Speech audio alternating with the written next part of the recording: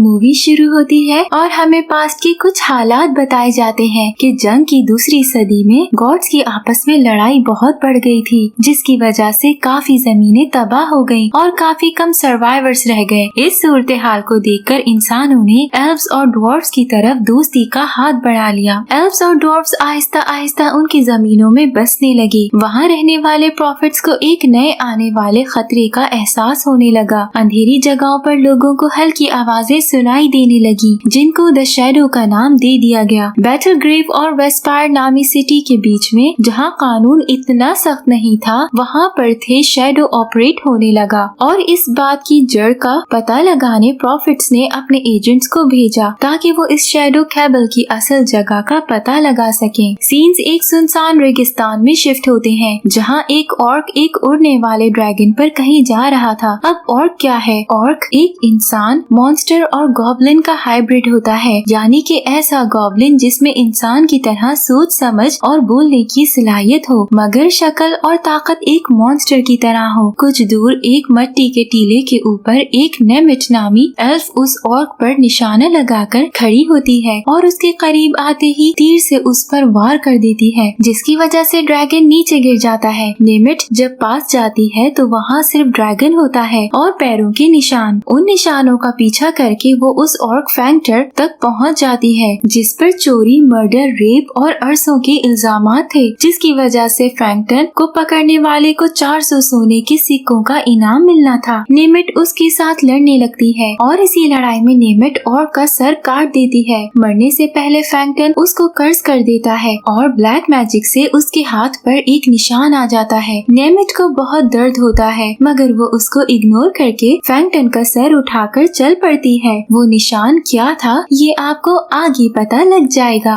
Scene बदलता है और कैल्टस नामी एक इंसान की तरफ आ जाते हैं। कैल्टस द ऑर्डर यानी कि गॉड्स का स्लेव था और प्रॉफिट्स का एम्बेसडर था। प्रॉफिटेस ने उसको शैडोज के बारे में पता करने को कहा होता है, जो एक पहाड़ पर चढ़ के एक केव में जाता है, जहाँ उसे एक ड्वार्फ मिलता है, जिससे वो शैडो के बारे में सवाल करता है कि शैडो के लोग नॉर्थ पर इकट्ठा क्यों हो रहे थे, मगर ड्वार्फ जवाब नहीं देता। वो कैल्टस से कहता है कि वो द ऑर्डर को छोड़कर शैडो को ज्वाइन कर ले, मगर कैल्टस कहता है कि वो सिर्फ प्रॉफिटेस की बात मानता है। ड्वार्फ कहता है कि अब वो शैडो का मेंबर है और उसे अपने वेस्ट पर वही निशान दिखाता है जो नेमिट के हाथ पर बन गया था, यानी कि ये निशान द शैडो के मेंबर की निशानी था और नेमिट अब इसे कर्स्ड हो चुकी थी। ड्वार्फ कहता है कि मैं सिर्फ शैडो के आगे जवाब दे हूँ। जब खलीमन के रेडर्स गॉड ऑफ डेथ को बोन वेसल देंगे, तब शैडो से ऊपर कोई नहीं होगा, द ऑर्डर भी नहीं। वो कैल्टस की तरफ एक डायनामाइट फेंकता है, मगर कैल्टस वापस उसी की तरफ फेंक देता है, जिसके फटने से ड्वार्फ के टुकड़े टुकड़े हो जाते हैं और कैल्टस उसका बाजू उठा के वहाँ से चल पड़ता है। बोन वेसल हड्डियों से बना एक कंटेनर था, जिसमें अमन खान की एशेस थी और उन एशेस का इस्तेमाल करके शैडो के मेंबर्स गॉड एजुल यानी के गॉड ऑफ डेथ को वापस जिंदा करना चाहते थे। अगले सीन में हमें खलीमन के रेडर्स दिखाए जाते हैं, जो कि ऑर्क्स का एक ग्रुप था, जिसको खलीमन नाम का एक ऑर्क लीड करता था। खलीमन मलग्रेट से पूछता है कि उन्होंने उसकी मर्जी के बगैर शैडो को वेसल देने का वादा क्यों किया। अब वो उसका गलत इस्तेमाल करके ऑर्क्स पर हमला कर देंगे, मगर सब ऑर्क्स अब खलीमन की सुनने के बजाय मलग्रेट के साथ हो गए थे। मलग्रेट और खलीमन उनके ग्रुप की लीडरशिप के लिए एक दूसरे से लड़ते हैं, जिसमें खलीमन हार जाता है और मलग्रेट ग्रुप का लीडर बन जाता है। माउंटेन पर कैल्टस प्रॉफिटेस से बात करता है और उसको ड्वार्फ की कही हुई बात बताता है, जिस पर प्रॉफिटेस कहती है कि अगर गॉड ऑफ डेथ जिंदा हो गया तो तबाही हो जाएगी और कैल्टस को ऐसा होने से रोकना होगा। वो कैल्टस से कहती है कि जनरल ड्रैनन के पास एक कैदी है जिसका नाम मैगेट गिलब्रो है और वो शैडो का एक मेंबर है, जिससे कैल्टस को जैसे भी करके इंफॉर्मेशन लेनी होगी। ये सुनकर कैल्टस ड्रैनन के ऑफिस चला जाता है, जिसके दरवाजे पर उसको नेमिट नजर आती है और उसके हाथ पर बना मार्क भी। नेमिट जनरल ड्रैनन को फैंक्टन का सर दे देती है और उससे इनाम मांगती है, मगर जनरल 400 के बजाय उसे 300 सिक्के देने का कहता है, जिस पर वो बताती है कि इस सर को लेने की वजह से उसे कर्ज भी मिल गया है और अपना निशान दिखाती है। जनरल उसको शैडो का एक मेंबर समझता है और कहता है कि वो शैडो के मेंबर्स को ट्रस्ट नहीं कर सकता और गार्ड से कहकर उसको जेल में बंद करवा देता है। जेल में नेमिट को मैगट मिलता है जो उसके हाथ पर बना शैडो का मार्क देखकर समझता है कि नेमिट भी शैडो की मेंबर है और उससे कहता है कि यहाँ से निकलकर तुम्हें ब्लीडिंग स्टोन के पास एक दरख्त के अंदर सोने से भरा डब्बा लेकर गैरेट्स क्रॉसिंग तक जाना होगा, जहाँ वो कलेमन रेडर से वेसल लेके उसे ब्लीडिंग स्टोन से निकालने वाले खून से भर ले। वो बताता है कि शैडो उस वेसल के पीछे सदियों से है, मगर जब नेमिट उससे पूछती है कि ब्लीडिंग स्टोन कहाँ है तो मैगट को शक होने लग जाता है कि अगर वो शैडो की मेंबर है तो उसको ब्लीडिंग स्टोन का पता होना चाहिए। वो नेमिट को मारने की कोशिश करता है मगर नेमिट उसको मार देती है और जब कैल्टस ड्रैनन से कहकर मैगट से मिलने आता है तो देखता है कि वो मर चुका था। नेमिट कहती है कि उसने उसको मार दिया तो कैल्टस ऑर्डर करता है कि नेमिट को कैल्टस के साथ भेज दिया जाए। वो नेमिट को वहाँ से रिहा करवा कर ले जाता है, पर क्यों? क्योंकि वो जानता था कि नेमिट शैडो की असल मेंबर नहीं बल्कि कर्स्ड है, तो शायद वो किसी लालच में आकर कैल्टस की मदद कर दे। जैसे ही वो वहाँ से निकलते हैं उनके सामने एक अजीब सी औरत आ जाती है और कैल्टस से कहती है कि उसकी मौत करीब है। कैल्टस और नेमिट जंगल के बीच निकल पड़ते हैं। जब कैल्टस नेमिट से कहता है कि वो उसकी मदद कर देगा मगर पहले नेमिट को उसकी मदद करनी होगी, वो नेमिट के हाथ खोल देता है मगर वो तलवार खींचकर उससे लड़ने लग जाती है। कैल्टस कहता है कि वो प्रोफेटस से कहकर उसको इस कर्ज से आजाद करा देगा, मगर पहले उसको एक जासूस बनके शैडो के बीच जाकर कैल्टस को इंफॉर्मेशन देनी होगी। नेमिट मान जाती है और उसको बताती है कि मैगट ने उसको ब्लीडिंग स्टोन तक जाने का कहा था। वो दोनों वुड्स के अंदर से जाते हैं कि अचानक उनको किसी की प्रेजेंस फील होती है। वो करीब जाते हैं तो वहाँ कलीमन रस्सियों से बंधा हुआ था। कैल्टस उससे सवाल जवाब करता है और वो बताता है कि शैडो इस वक्त एक बोन वेसल की तलाश में है जिसके अंदर अमन खान की एशेस हैं और उन एशेस को ब्लीडिंग स्टोन के ब्लड से मिला दिया तो गॉथ एजुल जिंदा हो जाएगा। वो कहता है कि अगर वो दोनों उसको आजाद कर देंगे तो वो उन्हें ब्लीडिंग स्टोन तक ले जाएगा। कैल्टस और नेमिट मान जाते हैं और वो तीनों ब्लीडिंग स्टोन की तरफ रवाना हो जाते हैं। वहाँ पहुंचकर वो देखते हैं कि इर्द गिर्द कोई दुश्मन नहीं था और अभी स्टोन में खून नहीं निकल रहा था, तो वो सुबह का इंतजार करने लगते हैं। कैल्टस नेमिट से कहता है कि वो सब सच बता दे कि मैगट ने क्या कहा, मगर वो कहती है कि उसने बस इतना ही बताया था। रात में जब कैल्टस और कलीमन सो रहे होते हैं तो नेमिट उठकर उस दरख्त में से सोने के सिक्के निकाल लेती है। दोनों देखते हैं कि नेमिट उठकर कहीं गई थी और उसके पीछे जाने लगते हैं कि सामने से शैडो की आर्मी आ जाती है। वो समझते हैं कि नेमिट भी उनके साथ मिली हुई थी, इसीलिए वो वहाँ से चली गई। वो दोनों उन ऑर्क से लड़ने लगते हैं कि तभी एक बड़ा मॉन्स्टर आ जाता है जो कैल्टस और कलीमन को गर्दन से पकड़कर उठा लेता है। पीछे से नेमिट आ जाती है और बाकी ऑर्क्स को मारने लगती है। कलीमन अपने हाथ से उस मॉन्स्टर का दिल निकाल लेता है। फिर वहाँ से वो गैरेट्स क्रॉसिंग की तरफ जाते हैं जिधर कलीमन रेडर्स ने शैडो के साथ वेसल को ट्रीट करना था। वो तीनों ऑर्क्स के आने का इंतजार कर रहे होते हैं कि कैल्टस प्रोफेटस से बात करता है और उससे कहता है कि वो नेमिट को इस कर्ज से रिहा कर सकती है कि नहीं, जिस पर वो कहती है कि नेमिट एक दुश्मन है जिसे आज नहीं तो कल कैल्टस वैसे ही मार देगा, तो मैं उस पर अपना जादू जाया नहीं करूंगी। कैल्टस कहता है कि वो वैसे भी उसको मारने का सोच रहा था क्योंकि नेमिट के हाथ पर भी शैडो का निशान था। तभी नेमिट वहाँ जनरल बन के जाती है, उनको 1000 सोने के सिक्के देकर उनसे वेसल ले लेती है। जैसे ही वो वहाँ से जाने लगती है वहाँ असल शैडो जनरल आ जाता है और ऑर्क्स नेमिट को पकड़ लेते हैं। वो उससे वेसल लेकर असल जनरल को दे देते हैं जो उनके रिस्ट पर भी वही मार्क बना देता है जिससे अब वो शैडो का हिस्सा बन गए थे और गॉड ऑफ डेथ के जागने के बाद इमोर्टल हो जाएंगे। वो नेमिट को लेकर डिमवुड पास चले जाते हैं और शैडो जनरल ब्लीडिंग स्टोन की तरफ जाने लगता है। कैल्टस कहता है कि वो जनरल के पीछे जाएगा और कलीमन ऑर्क्स के पीछे जाता है। कलीमन कैल्टस से पूछता है कि वो नेमिट को ऐसे ही छोड़ देगा, जिस पर वो कहता है कि उसकी जिम्मेदारी सिर्फ प्रोफेटस की तरफ है और किसी के लिए नहीं। दोनों अपने अपने रास्तों पर निकल जाते हैं। ब्लीडिंग स्टोन के पास जाकर कैल्टस जनरल से लड़ता है और जनरल उससे कहता है कि तुम शैडो को ज्वाइन कर लो, मर जाने के बाद तुम्हें वैसे ही गॉथ एजुल को सर्व करना पड़ेगा। ये कहकर वो कैल्टस को स्टैब कर देता है और वो ब्लड जो कैल्टस ने ब्लीडिंग स्टोन से लिया था उसको उठाकर ले जाता है। कैल्टस वहाँ जिंदगी और मौत के दरमियान हो होता है और प्रोफेटिस से मदद मांगता है,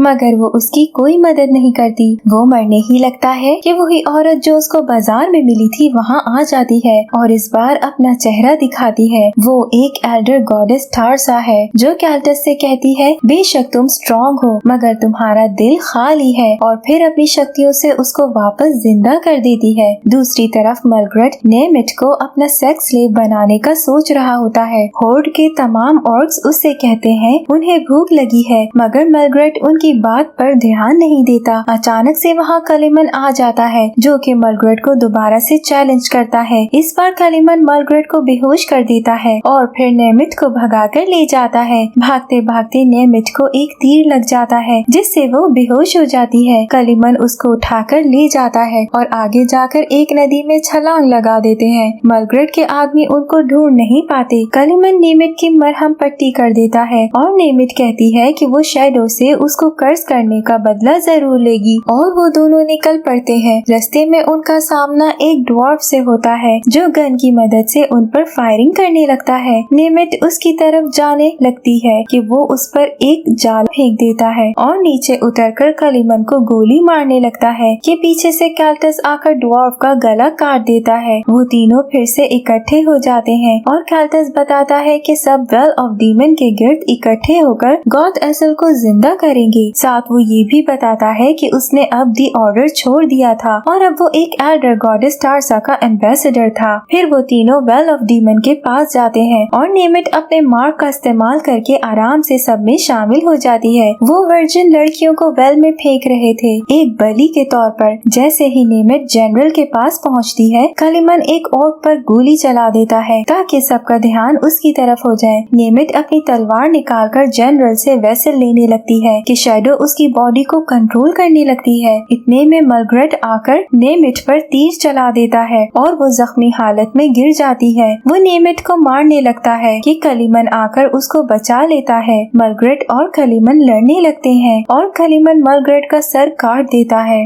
फिर नेमिट अपनी तलवार पकड़कर जनरल से लड़ती है, मगर वो वेसल और ब्लड पकड़ के वेल में छलांग लगा देता है। नेमिट गिर जाती है और कहती है कि वो फेल हो गई। अचानक वेल में से गॉड एजल निकलता है जो कि अपनी डार्क तलवारों से सब पर वार करने लगता है। वो उसी तलवार से कैल्टस पर वार करता है, मगर कैल्टस जैसे ही उस तलवार को पकड़ता है वो डार्कनेस की तलवार एक रोशनी में बदल जाती है, क्योंकि कैल्टस लाइट का एम्बेसडर था। जैसे ही कैल्टस इस लाइट वाली तलवार को गॉड एजल की तरफ फेंकता है वो वहीं पर भस्म हो जाता है, क्योंकि जाहिर है रोशनी के आगे अंधेरा कैसे जीत सकता है। शैडो के मर जाने के बाद नेमिट भी कर्ज से आजाद हो जाती है, मगर जख्मों की वजह से मर जाती है। कैल्टस अपनी पावर्स की मदद से उसको वापस जिंदा कर देता है और वो तीनों खुशी खुशी वहाँ से चले जाते हैं और इसी तरह मूवी खत्म हो जाती है।